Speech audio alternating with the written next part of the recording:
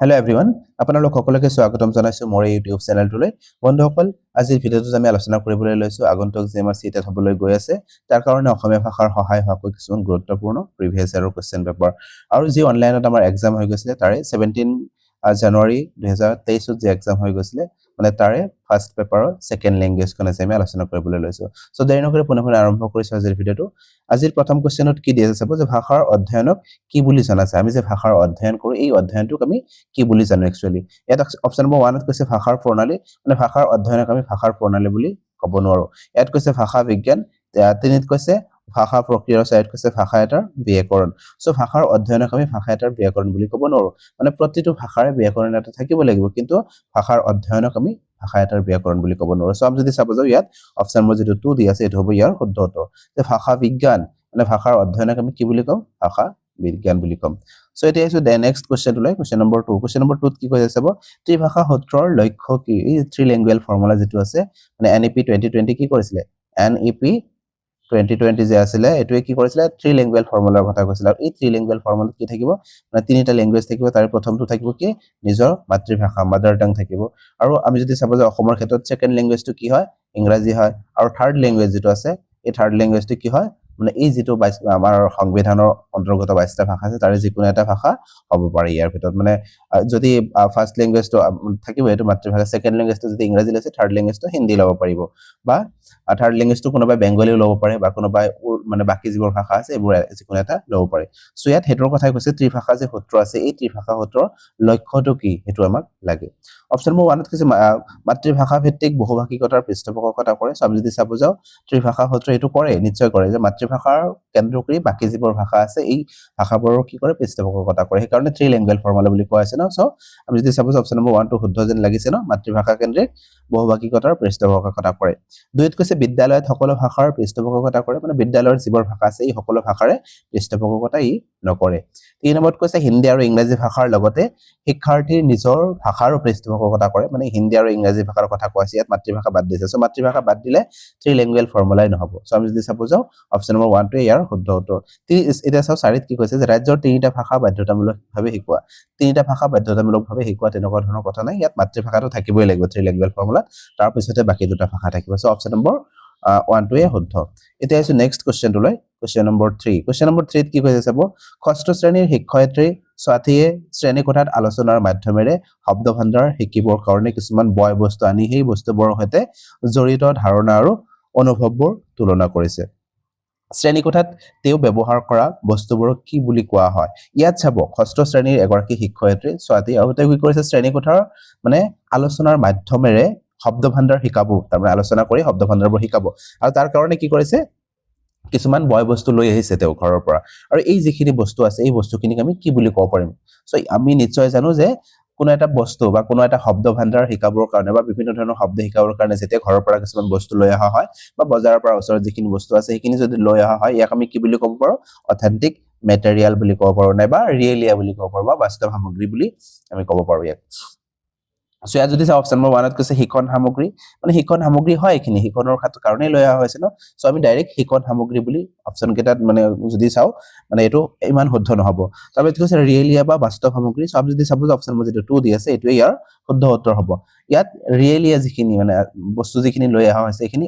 Authentic materials বা ৰিয়েলিয়া বুলি আমি ক'ব পাৰিম, বা বাস্তৱ সামগ্ৰী মানে বাস্তৱ জগতৰ পৰা অনা হৈছে ন। সো এই কাৰণে ইয়াক আমি কি বুলি কওঁ? মানে বাস্তৱ সামগ্ৰী বা ৰিয়েলিয়া বুলি ক'ব পাৰিম। 3ত কৈছে কৰ্মভিত্তিক শিক্ষণ আৰু 4ত কৈছে শিক্ষাৰ্থী কেন্দ্ৰিক শিক্ষণ। আমি যদি চাব যাও এই যি বাকি তিনিটা অপচন দিছে এইবোৰ পজিটিভ অপচন হয়,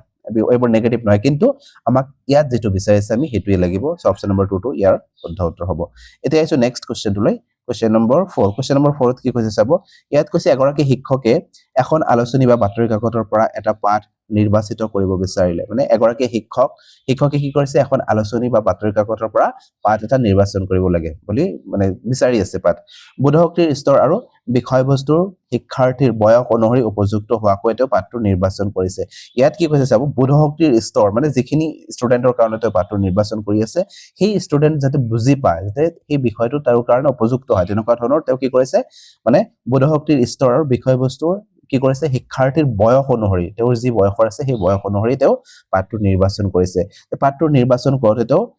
স্থিৰাংক বোৰ কি বা তেওঁৰ যে পাৰ্টটো নিৰ্বাচন কৰিলে তাৰ কাৰণে কিছুমান প্যাৰামিটাৰৰ দৰকাৰ আছে বা স্থিৰাংক দৰকাৰ আছে এই প্যাৰামিটাৰছবোৰ কি হয় আমি ক'ব লাগে অপশন নম্বৰ 1 ত কৈছে বিষয়বস্তু আৰু মনোবৈজ্ঞানিক বৈধতা 2 ত কৈছে বিষয়বস্তুৰ বৈধতা 3 ত কৈছে মনোবৈজ্ঞানিক বৈধতা আৰু 4 ত কৈছে সামাজিক আৰু ভাষিক বৈধতা সো ইয়াত যদি আমি চাব যাও 4 নম্বৰ কোৱেশ্চনটো যদি আমি চাব যাও ইয়াত কি হৈছে চাব সামাজিক আৰু ভাষিক বৈধতা ইয়াত সমাজৰ কথা কোৱা হোৱা নাই ন ইয়াত কিছুমান ষ্টুডেন্টৰ কাৰণে এটো কি কৰা হৈছে সিলেক্ট কৰা হৈছে আৰু ষ্টুডেন্টখিনিৰ বয়স অনুপাতে সিলেক্ট কৰা হৈছে ন সো ইয়াত যদি চাব যাও সামাজিক নহব ভাষিক যদি কিছু পৰিমাণে হ'ব পাৰে মানে কিন্তু আমি যদি চাব যাও সামাজিক এটো মানে ইমান আমি এপ্ৰোপ্ৰিয়েট বুলি ক'ব নোৱাৰো ইয়াত যদি চাব যাও মেইনলি কি হৈছে বিষয়বস্তু যেটো আছে সেই বিষয়বস্তুটো ছাত্ৰ-ছাত্ৰীসকলৰ বয়স অনুপাতে কি কৰিব বিচাৰিছে নিৰ্বাচন কৰিব লাগিব বুলি তো ভাবিছে বা এই অনুপাতটো নিৰ্বাচন কৰিছে আৰু সেই যিখিনি ছাত্ৰ-ছাত্ৰী বয়স অনুপাতে নিৰ্বাচন কৰিব বিচাৰিছে ন যিখিনি ছাত্ৰ-ছাত্ৰী আছে তেওঁলোকৰ মনোবৈজ্ঞানিক ধাৰণাটো কেনেকুৱা ধৰণৰ হয় তেওঁলোকৰ মনোবৈজ্ঞানিক বৈধতা কেনেকুৱা ধৰণৰ হয় সেই হিচাপে হে পাঠটো নিৰ্বাচন কৰিব লাগিব সাপোজ মই ধৰিছো মানে ক্লাছ ইয়াত কিহৰ কথা কৈছে যিকোনো এটা ক্লাছৰ কাৰণে হ'ব মই ধৰিছো ক্লাছ 6 ৰ কাৰণে নিৰ্বাচন কৰা হৈছে যদি আমি ক্লাছ 6 ৰ কাৰণে নিৰ্বাচন কৰিবলৈ গৈ ক্লাছ 10 ৰ যিখিনি বস্তু আছে সেইখিনি যদি তাত সিলেক্ট কৰি দিও তেতিয়াহলে তেওঁলোকৰ যি মনোবৈজ্ঞানিক যিটো ধাৰণা আছে বা তেওঁলোকৰ যি মনোবৈজ্ঞানিক বৈধতা আছে যিখিনি তেওঁলোকৰ শিকাৰ কেপাসিটি আছে তাতকৈ যদি আমি ওপৰত ৰাখো তেওঁলোকে কেতিয়াও শিকিব নোৱাৰিব বস্তুখিনি তেওঁৰ কাৰণে বহুত জটিল হৈ যাব ন সো এই কাৰণে আমি যদি চাব যাও বিষয়বস্তু আৰু মনোবৈজ্ঞানিক বৈধতা যিটো আছে স্থিৰাংক আছে বা প্যাৰামিটাৰছ আছে সেই ক্ষেত্ৰতেও গুৰুত্ব দিছে সো বাকিবোৰ যদি আমি চাও বিষয়বস্তুৰ কথা কৈছে সো বিষয়বস্তু ইয়াতে সোমাই গল আৰু মনোবৈজ্ঞানিকটো ইয়াতে সোমাই গল ইয়াত সামাজিক আৰু ভাষিক কথাটো কৈছে সো ইয়াত আমাৰ সামাজিক বা ভাষিকৰ কথা ইমান গুৰুত্বপূৰ্ণ নহয় অপচন নম্বৰ 1 টো এই ক্ষেত্ৰত বেছি এপ্ৰোপ্ৰিয়েট হয়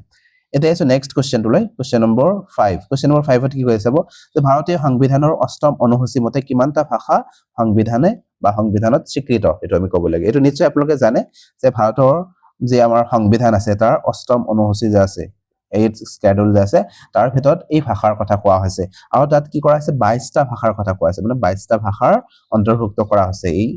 স্কেডুলত সো আমি যদি চাব যে অপচন নম্বৰ যেটো 1 দি আছে এটো ইয়াৰ শুদ্ধ উত্তৰ হয় সো এটো একেবাৰে ইনফৰমেটিভ বস্তু আছিল মনত ৰাখিব বাকিবোৰ শুদ্ধ নহয় আৰু ইয়াত কিছুমান ইনফৰমেটিভ বস্তু আহে কেতিয়াবা এই ভাষাৰ যেটো কি আছে এটোৰ কথা আহে সো এই হিন্দী ভাষা এটা আছিল হিন্দী যেটো ভাষা আছে এই হিন্দী ভাষাটোৰ কথা ক'ত কোৱা আছে এটো মনত ৰাখিব আৰু ইংৰাজী ভাষাটোৰ কথা ক'ত কোৱা আছে এটো মনত ৰাখিব তো চাব এই হিন্দীটো আমাৰ কি নহয় মানে ৰাষ্ট্ৰ ভাষা নহয় মনত ৰাখিব হিন্দীটো আমাৰ ৰাষ্ট্ৰ ভাষা নহয় এটো হৈছে এটা কি ৰাজ ভাষা বা অফিচিয়েল ল্যাঙ্গুৱেজ আৰু এটোৰ বিষয়ে ক'ত উল্লেখ কৰা আছে 343 আৰ্টিকেল 1 ইয়াত আৰু পাৰ্ট কৰি দিয়া আছে 343 1 ত কি কৰা আছে এই হিন্দী যে অফিচিয়েল ল্যাঙ্গুৱেজ হয় এই কথাটো উল্লেখ আছে আৰু ইংৰাজী যে কি হয় মানে এই ইংৰাজীৰ যেটো ভাষা আছে এটো মানে সহযোগী অফিচিয়েল ল্যাঙ্গুৱেজ বা সহযোগী ৰাজভাষা বুলি আমি ক'ব পাৰো অফিচিয়েল ল্যাঙ্গুৱেজ সো এটো মনত ৰাখিব অফিচিয়েল ল্যাঙ্গুৱেজ কি হয় ইংৰাজী হয় আৰু ইংৰাজীৰ কথা ক'ত কোৱা আছে 3 আৰ্টিকেল 343 মানে 2 নম্বৰত এই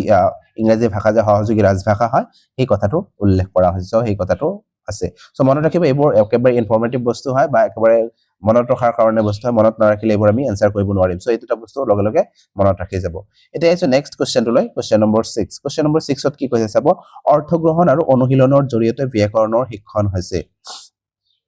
ইয়াত কি কৈছে চাব অৰ্থগ্ৰহণ আৰু অনুশীলনৰ জৰিয়তে ব্যাকৰণৰ শিক্ষণক আমি কি বুলি ক'ব পাৰো ইয়াত অপচন নম্বৰ 1 ত কৈছে পদ্ধতিগত জ্ঞান 2 ত কৈছে ঘোষণামূলক বা বৰ্ণনামূলক জ্ঞান 3 ত কৈছে ভাষাৰ বিষয়ে জ্ঞান আৰু 4 ত কৈছে ব্যাকৰণিক জ্ঞান সো আমি এতিয়া চাব লাগিব ইয়াৰ কোনটো অপচন এপ্ৰোপ্ৰিয়েট হ'ব বা কোনটো বেছি শুদ্ধ হয় যেন লাগে আমাৰ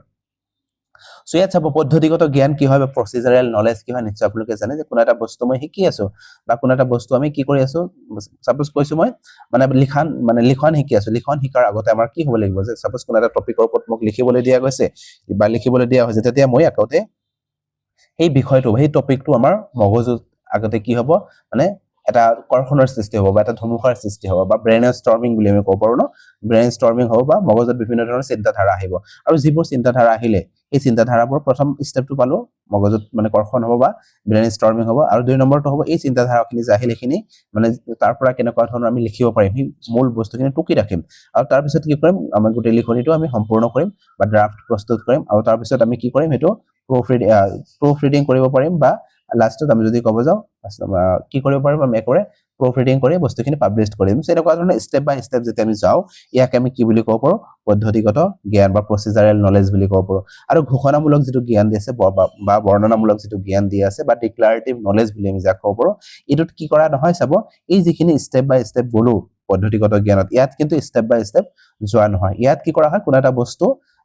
বাছ খালি মনত ৰখা হয় মুখস্থ কৰি দিয়া হয় সাপোজ এই যিখিনি মই ইনফৰমেশনৰ কথা আগৰ মানে কোৱেশ্চনটোত কলো এই ইনফৰমেশনখিনি কি কৰিছো মই মনত ৰাখিছো আৰু মনত ৰাখি যত প্ৰয়োজন হৈছে এইখিনি মই তাতে ব্যৱহাৰ কৰিব পাৰিছো ইয়াক আমি কি বুলি ক'ব পাৰো ঘোষণামূলক জ্ঞান বা ডিক্লাৰেটিভ নলেজ বুলি ক'ব পাৰো বাছ ইয়াত কি নহব মই বস্তুটো একেবাৰে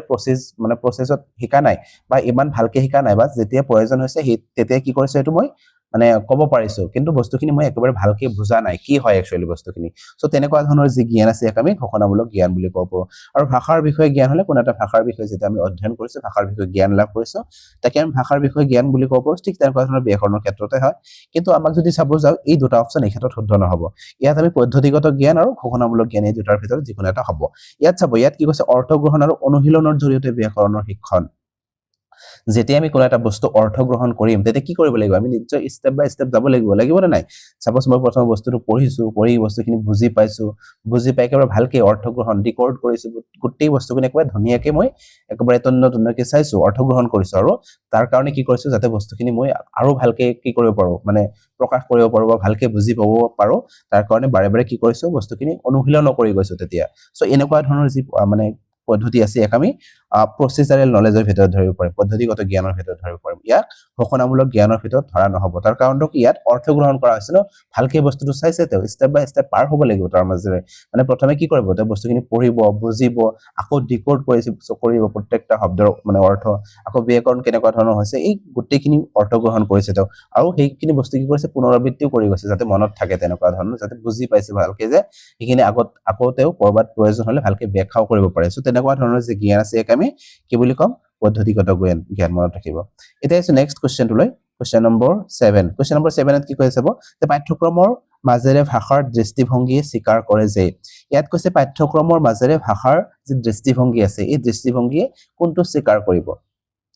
ইয়াত চাব অপচন নম্বৰ 1 ত কৈছে সকলো শিকনেই হৈছে ভাষাৰ শিকন আমি যিকোনো ধৰণৰ শিকন কৰিছো বা যিকোনো ধৰণৰ শিক্ষা লাভ কৰিছো এই গোটেইখিনি জানো ভাষাৰ শিকন হ'ব নহব নিশ্চয় যেতিয়া আমি ভাষাৰ বিষয়ে অধ্যয়ন কৰিছো বা ভাষাৰ বিষয়ে পঢ়িছো ইয়াক আমি ভাষাৰ বিষয়ে শিকন বুলি ক'ব পাৰিম ন গোটেইখিনি যিমানবোৰ নলেজ মই লাভ কৰিছো যিমানবোৰ জ্ঞান লাভ কৰিছো গোটেইখিনি ভাষাৰ শিকন নহব 2 নম্বৰত কৈছে মূল বিষয়বস্তুসমূহৰ বা বিষয়সমূহৰ শিকনত ভাষাই এক বিশেষ ভূমিকা পালন কৰে আমি যিখিনি মূল বিষয় শিকি আছো বা ভাষাৰ বিষয়ে শিকি আছো যিখিনি টপিক আছে আমাৰ আৰু সেই টপিকখিনি শিকনত কি কৰিব ভাষাই এক বিশেষ ভূমিকা পালন কৰিব ইয়াত যদি আমি ক'ব যাও সাপোজ মই হিন্দী শিকি আছো হিন্দী শিকি থাকোতে কি কৰিব এই যিখিনি মই পাঠ পঢ়ি আছো হেতু ভাষাই আমাক কি কৰিব শিকাৰ ক্ষেত্ৰত সহায় কৰিব নিশ্চয় কৰিব নে নাই মানে যিকোনো টপিক এটা হ'ব পাৰে বা সাপোজ হিন্দীৰ কথা নকৈ ইংৰাজীৰ কথা কৈছো গণিতৰ কথা কৈছো সোশ্যাল সায়েন্সৰ কথা কৈছো বা বিজ্ঞানৰ কথাই কৈছো এই গোটেইখিনি আমি কি কৰিম যেতিয়া পাঠটো পঢ়ি যাম তেতিয়া আমাৰ ভাষা কি কৰিব হেতু বহুত পৰিমাণে সহায় কৰিব বা গুৰুত্বপূৰ্ণ এক ভূমিকা পালন কৰিব ভাষাৰ নহলে আমি এইখিনি এক্সপ্ৰেছ কৰিব নোৱাৰিম বা বুজিও নাপাম ন হেতু আমি ক'ব পাৰো আমি যদি চাব যাও মূল বিষয়সমূহৰ শিকনত ভাষাই গুৰুত্বপূৰ্ণ ভূমিকা পালন কৰিব এটো শুদ্ধ হয় তিনিত কৈছে যে একোটা মূল বিষয়ৰ শিক্ষকে তেওঁৰ শ্ৰেণীকোঠাৰ ভাষাৰ কথা বিবেচনা কৰাৰ প্ৰয়োজন নাই এটো শুদ্ধ নহব কেতিয়ানো একটা মূল বিষয় যেতিয়া মই পঢ়িম মানে টিচাৰ হিচাপে যেতিয়া এটা ভাষা মানে এটা টপিক যেতিয়া পঢ়াই যাম তেতিয়া কি নহব ভাষা নহলে আমি জানো পঢ়াব পাৰিম ভাষাৰ কোনো প্ৰয়োজন নাই বুলি ইয়াত কোৱা হৈছে ন সো ইয়াত যদি আমি চাবো এটো শুদ্ধ নহব তাৰ পিছত 4 নম্বৰত কৈছে বিদ্যালয়ত ভাষাতকৈ মূল বিষয়কেইটা বেছি গুৰুত্বপূৰ্ণ মানে ইয়াত ভাষা নোহোৱাকে বিষয়টোহে বেছি গুৰুত্বপূৰ্ণ বুলি কোৱা হৈছে যেনেকুৱা ধৰণৰ বিষয়টো গুৰুত্বপূৰ্ণ ঠিক তেনেকুৱা ধৰণৰ ভাষাটো বহু মানে একেবাৰে গুৰুত্বপূৰ্ণ ভাষা নহলে বিষয়টো কেনেকৈ মানে প্ৰকাশ কৰিব সো এটো শুদ্ধই নহয় মানে সম্ভৱে নহয় সো এই কাৰণে এটো শুদ্ধ নহব অপচন নম্বৰ 2 টো ইয়াৰ শুদ্ধ উত্তৰ হ'ব এতিয়া আছে নেক্সট কোৱেশ্চনটোলৈ কোৱেশ্চন নম্বৰ 8 ইয়াত কি কৈছে চাব তলৰ কোনটো উক্তি ধাৰাবাহিক আৰু সৰ্বাত্মক মূল্যায়নৰ ক্ষেত্ৰত শুদ্ধ নহয় ইয়াত মনত ৰাখিব ইয়াত ধাৰাবাহিক আৰু সৰ্বাত্মক মূল্যায়নৰ কথা কোৱা হৈছে কন্টিনিউয়াছ এণ্ড কম্প্ৰিহেনসিভ ইভালুৱেচনৰ কথা কোৱা হৈছে এই মূল্যায়নৰ ক্ষেত্ৰত কোনটো শুদ্ধ নহয় আমি ক'ব লাগে ইয়াত অপচন নম্বৰ 1 ত কৈছে শিক্ষাৰ্থীয়ে শিক্ষকৰ ফিডবেক পায় যেতিয়া সৰ্বাত্মক বা ধাৰাবাহিক মূল্যায়ন কৰা হ'ব তেতিয়া শিক্ষাৰ্থীয়ে কি কৰিব শিক্ষকৰ পৰা নিশ্চয় ফিডবেক পাব তেওঁ কেনেকুৱা ধৰণৰ পঢ়িছে বা কেনেকুৱা ধৰণৰ জ্ঞান লাভ কৰিছে ভালকে পঢ়িব পাৰিছে নে নাই বা তেওঁ কিমান ভাল হৈছে বা কিমান বেয়া হৈছে এই গোটেইখিনি ফিডবেক পৰা লাভ কৰিব পাৰিব শিক্ষকৰ পৰা তেওঁ লাভ কৰিব পাৰিব সো আমি যদি চাব যে অপচন নম্বৰ 1 টো শুদ্ধ হয় তাৰ পিছত কৈছে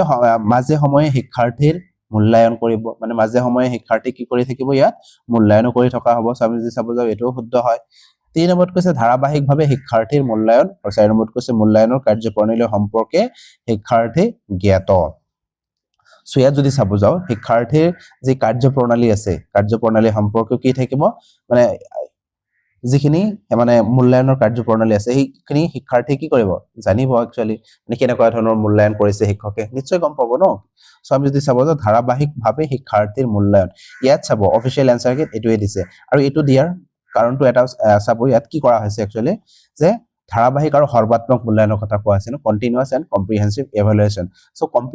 কন্টিনিউয়াস ইভালুৱেচন মানে এটো নহয় যে সকলো সময়তে তেওঁলোকক কি কৰি থাকিব মূল্যায়নে কৰি থাকিব সো এটো নহয় বস্তুখিনি আগতে কি কৰিব লাগিব আমি বস্তুখিনি তেওঁলোকক ভালকৈ পঢ়াব লাগিব ধুনীয়াকে পঢ়োৱাৰ পিছতে আমি তেওঁলোকক মূল্যায়ন কৰিম ন সো আমি যদি একেবাৰে ধাৰাবাহিকভাৱে মূল্যায়ন কৰি থাকো ক্লাছটো ষ্টাৰ্ট কৰিছো তাৰ পৰাই মূল্যায়ন ষ্টাৰ্ট কৰি দিলো সো এনেকুৱা ধৰণৰ ধাৰাবাহিকভাৱে মূল্যায়ন কৰিলে নহব ন সো আমি যদি সেইকাৰণে চাব যাও অপচন নম্বৰ যেটো 3 দি আছে এটো অশুদ্ধ হয় এটো শুদ্ধ নহয় সো অপচন নম্বৰ 3 টোৱে মানে ইয়াৰ শুদ্ধ উত্তৰ হ'ব এই কাৰণে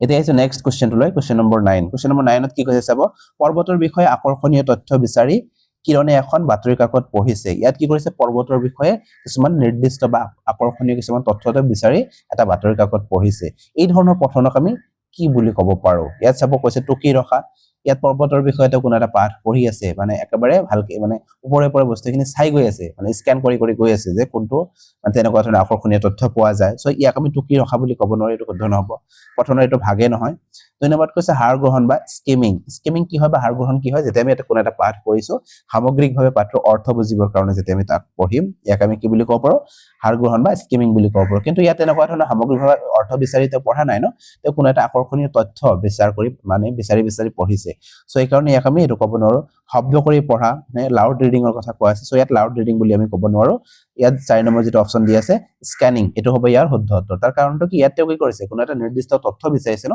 স্ক্যান কৰি তে পঢ়ি আছে সেই মানে তেনেকুৱা ধৰণৰ আকৰ্ষণীয় তথ্যখিনি তে বিচাৰিছে সো এই কাৰণে এটো 4 নম্বৰটো ইয়াৰ শুদ্ধ উত্তৰ হ'ব এতিয়া আহিছো নেক্সট কোৱেশ্চন টো লৈ কোৱেশ্চন নম্বৰ 10 কোৱেশ্চন নম্বৰ 10 ত কি কৈছে চাব ইয়াত কৈছে যে এটি শিশুয়ে দিল্লীৰ পৰা হায়দৰাবাদলৈ কি কৰিছে গৈছে যে এটি শিশুয়ে দিল্লীৰ পৰা হায়দৰাবাদ আৰু তেওঁৰ সমনীয়া আৰু ওচৰ চুবুৰীয়াৰ সৈতে কথোপকথনৰ জৰিয়তে তেলেগু ভাষা শিকিছে মানে তেওঁ কি কৰিছে এটা শিশু দিল্লীৰ পৰা হায়দৰাবাদলৈ যায় আৰু তেওঁ সমনীয়া যিখিনি আছে ওচৰ চুবুৰীয়া যিখিনি আছে সেইখিনিৰ পৰা তেওঁ কি কৰিছে তেলেগু যেটো ভাষা আছে তেলেগু ভাষাটো শিকিছে এটো কি বুলি কোৱা হয় এই যে তেনেকুৱা ধৰণৰ যে তেলেগু ভাষাটো শিকিলে এই শিক্ষণটোক আমি কি বুলি ক'ব সো ইয়াত মনত ৰাখিব এটা হৈছে ভাষা অৰ্জন আৰু এটা হৈছে ভাষা শিকন এটা অৰ্জন আৰু এটা হৈছে কি শিকন এই দুটা মনত ৰাখিব এই দুটাৰ পৰা প্ৰত্যেকবাৰে মানে কোৱেশ্চন এটা আহিবই মানে কোৱেশ্চন নহাকে নাথাকে ইয়াৰ পৰা সো টপিকটো ভালকে বুজি ললে ইয়াৰ পৰা এটা নম্বৰ কলৈ মানে কত না যায় সো ভাষা অৰ্জন কি হয় মনত ৰাখিব ভাষা অৰ্জন মানে হৈছে একুয়াৰ মানে ভাষাটো আহৰণ কৰা মানে কি যেতিয়া কোনো এটা শিশু জন্ম হোৱাৰ পৰা যেতিয়া পৰিবেশৰ খিনি মানে ভাষাখিনি চাব কেনেকুৱা ধৰণৰ তাত ভাষা ব্যৱহাৰ কৰিছে এই গুটিখিনি তেওঁ কি কৰিব অবজাৰ্ভ কৰিব আৰু অবজাৰ্ভ কৰি ভাষাটো শিকিব নিজে শিকি যাব ইয়াত একো এফৰ্ট কৰিবলগীয়া নহয় অচেতনভাৱে শিকিছে তেনেকুৱা ধৰণৰ যেতিয়া শিকন হ'ব তাক আমি কি বুলি ক'ব পাৰো ভাষা অৰ্জন বুলি ক'ব পাৰো বা ভাষা মানে একুয়াৰ কৰা বুলি ক'ব পাৰো যেনেকুৱা ধৰণৰ ইয়াত কি কৰা হৈছে তেওঁ দিল্লীৰ পৰা বেলেগ এটা জায়গালৈ গৈছে যেনেকুৱা ধৰণৰ ইয়াত কৈছে হায়দৰাবাদলৈ গৈছে আৰু তাত থাকি তেওঁ কি কৰিছে যিখিনি ওচৰ চুবুৰীয়া মানুহ আছে ল'ৰা ছোৱালী বৰ আছে তেওঁলোকৰ লগত থাকিছে আৰু থাকি তেওঁ কি কৰিছে অচেতনভাৱে ভাষাটো শিকিছে তেওঁলোকৰ লগত কথোপকথন কৰিছে স্কুললৈ যোৱা নাই তেওঁ তেওঁলোকৰ লগত থাকি কি কৰিছে সমনীয়খিনিৰ লগত ওচৰ চুবুৰীয়া যিখিনি আছিল তেওঁলোকৰ লগত থাকি কথা পাতি তেওঁ কি কৰিছে এই তেলেগু ভাষাটো শিকি লৈছে সো ইয়াকো আমি কি বুলি ক'ব পাৰিম ভাষা আহৰণ বুলিয়ে ক'ম তাৰ কাৰণটো কি ইয়াত তেওঁ স্কুললৈ গৈ বহুত মানে এফৰ্ট কৰি ভাষাটো শিকা নাই অচেতনভাৱে তেওঁলোকৰ লগত কথা কৈ থাকোতে তেওঁ ভাষাটো শিকি গৈছে সো সেই কাৰণে এটো ভাষা অৰ্জনৰ ভিতৰত পৰিব আৰু ভাষা শিকনটো কি হয় যেতিয়া কোনো এজন ষ্টুডেন্টে মানে স্কুললৈ যাব বা বিদ্যালয়লৈ যাব যোৱাৰ পিছত কি কৰিব ভাষা এটা লক্ষ্য ভাষা যেটো থাকে সেই ভাষাটো আহৰণ নহয় একচুয়ালি শিকিব তেনেকুৱা ধৰণৰ স্কুললৈ গৈ বহুত কষ্ট কৰি ভাষাটো শিকিব বহুত কষ্ট মানে কি মানে এফৰ্ট কিছুমান দিব লাগিব অচেতনভাৱে যেনেকুৱা ধৰণৰ এটো পালো আমি তেনেকুৱা ধৰণৰ শিকিব নোৱাৰিব তাত কষ্ট লাগিব কষ্ট নহকে সেই ভাষাটো শিকিব নোৱাৰিব আৰু সেই কাৰণে ইয়াক আমি কি বুলি ক'ম শিকন বুলি ক'ম আৰু অৰ্জনটো গমে পালে ন সো ইয়াত আমি যদি চাব যাও এটো কি হৈছে ভাষা আহৰণ হৈছে অপচন নম্বৰ 2 টো হ'ব ইয়াৰ শুদ্ধ উত্তৰ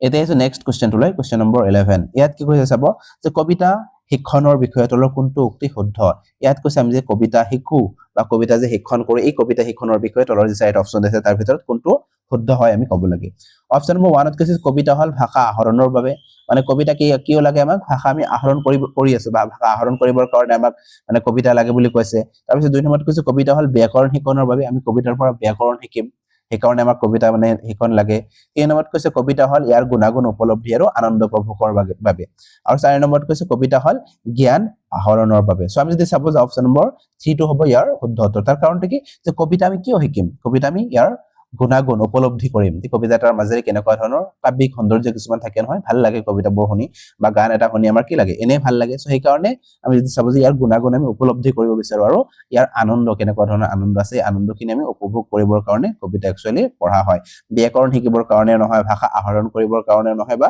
জ্ঞান আহৰণ কৰিবৰ কাৰণে যদিও হয় কিছু পৰিমাণে কিন্তু আমি যদি চাব যাওঁ অপশ্যন নম্বৰ 3 টো ইয়াৰ এপ্ৰপ্ৰিয়েট আনসাৰ হ'ব